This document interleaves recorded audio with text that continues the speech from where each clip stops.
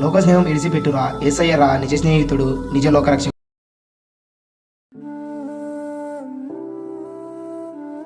ఏరా తమ్ముడు ఇలా వచ్చావు? ఏంలే అన్న, ఊరికినే అలా వచ్చి నేను చెడబుద్ధి అవుతుందని. చెప్పురా తమ్ముడు, నీ ముఖంలో నాకు బాధ అర్థం అవుతుంది. ఏమో చెప్పు, నిజం చెప్పు. ఏం లేదన్నా, నువ్వు ఇంతగా నా మంచి కోసం చెప్తుంటే నేను నా స్నేహితులని గుడ్డిగా నమ్మినా.